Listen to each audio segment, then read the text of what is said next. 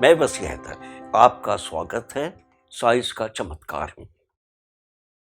हम इस वीडियो में ये कोशिश करेंगे कि हम ये समझें कि साइंस ने किस तरह से हमें मुख्तलिफ रंगों की पहचान की है। आप अपने चारों तरफ देखें तो तरह तरह के रंग दिखाई देते हैं। अगर आप किसी बच्चे से कहें कि तुम ड्राइंग बनाओ जिसमें सूरज भी दिखाई दे, तो ज़्यादातर बच्चे सूरज को पीला रंग का दिखाते हैं। साइंस की समझ ने ये बताया कि ये पूरी तरह से सही बात नहीं है। साइंसदानों की आदत ये है कि हर चीज़ को किसी न किसी तरह से नापा जा सके ताकि दुनिया के सारे मुल्क में सारे लोग जो हैं वो उस बात से एग्री करें कि ये है। इसलिए कि अक्सर हमारी आँख और हमारे बाकी सेंसेस कभी कभी धोखा देते हैं। तो हम इस एपिसोड में कोशिश ये करते हैं कि रंग क्या है और किस तरह से हम देखते हैं। रोशनी की समझ जो है वो भी धीमे धीमे हम जो है वो सीख पाए हैं। 7वीं 8वीं सदी से पहले तमाम दुनिया के बड़े बड़े फलसफी अरिस्टोटल, प्लेटो, यूक्लिडिस, ये तमाम लोग जो है ये समझते थे कि रोशनी हमारी अपनी आँखों से निकलती है और वो जब मुख्तलिफ चीज़ों पर पड़ती है और उसके बाद हमारी आँख में वापस आती है तो हम देखते हैं। इस समझ में बड़ा ज़बरदस्त बदलाव आया और जो शख्स इसके लिए रिस्पॉन्सिबल है वो इब्न हैतम है। बगदाद में हाउस ऑफ विजडम में वो ऑलरेडी काफ़ी मशहूर हो चुका था। अलेक्जेंड्रिया के जब किंग बगदाद गए और उन्होंने देखा कि इब्न हातिम तो बहुत ही होशियार आदमी है, तो उन्होंने उससे गुजारिश की कि आप हमारे साथ इजिप्ट चलो और हमारे यहाँ सबसे बड़ी जो परेशानी है वो हर साल दरियाए नील में सैलाब आते हैं और उनको कंट्रोल करने की तरकीब वो बताओ ताकि हम उस सैलाब से बच सकें। इब्न हैतम वहाँ गया और काफ़ी सर्वे करने के बाद भी वो इसमें बिल्कुल नाकाम हुआ कि किस तरह से दरियाए नील पर काबू पाया जाए।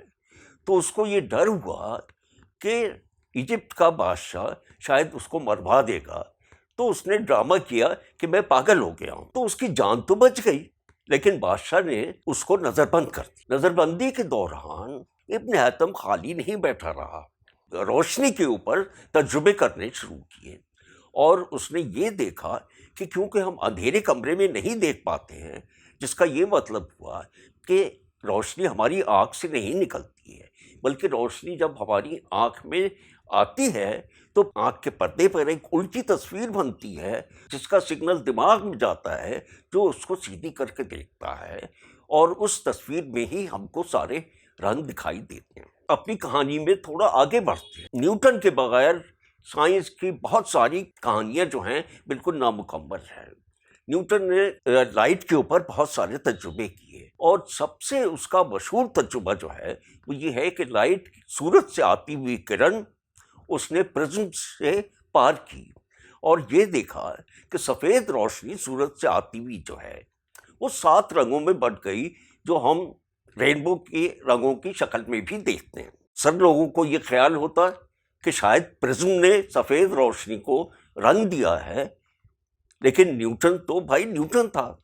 उसने ये देखा कि ये मैं साबित करूं कि ये रोशनी को रंगा प्रिज्म ने नहीं है, बल्कि ये रोशनी की खासियत है।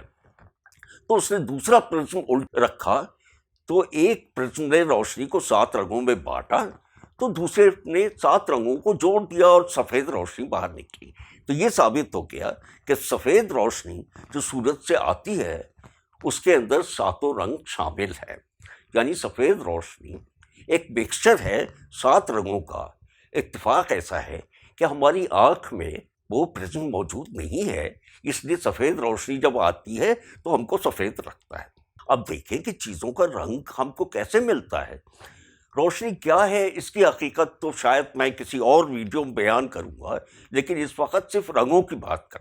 जब भी किसी चीज़ के ऊपर सफ़ेद रोशनी सूरज की पड़ती है, सफ़ेद रोशनी आ रही है, उससे रिफ्लेक्ट होके जो रोशनी हमारी आँख पे पहुँचती है तो हमको उसके रंग का एहसास होता है।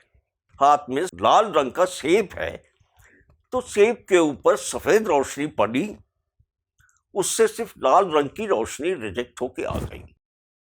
यानी सफेद रोशनी जब सेब के ऊपर पड़ी तो उसने सारे और रंगों को जज्ब कर लिया। यानी वो सेब की खुसूसियत सारे रंग की है सिवाय लाल रंग की।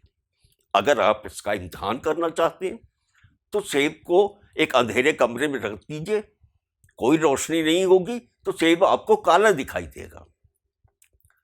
एक और तजुर्बा जो बहुत आप आसानी से कर सकते हैं, एक हरे रंग का लेजर खरीद लाएं और लाल रंग के सेब के ऊपर अंधेरे कमरे में लेजर से रोशनी डालें, तो आप ये देखेंगे कि आपके सेब चूंकि हर रंग को रंग के अलावा एक्सेप्ट कर लेता है, जज्ब कर लेता है, इस वजह से हरे रंग के लेजर की रोशनी को जज्ब कर लेगा और उससे आपकी आंख तक कोई रोशनी नहीं आएगी, तो वो आपको काला दिखाई देगा। मैं इस एपिसोड को यहीं पर ख़त्म करता हूँ। उम्मीद है कि आपको पसंद आया होगा। सवालात से मैं कभी नहीं घबराता, आप खूब सवाल करें। शुक्रिया बहुत।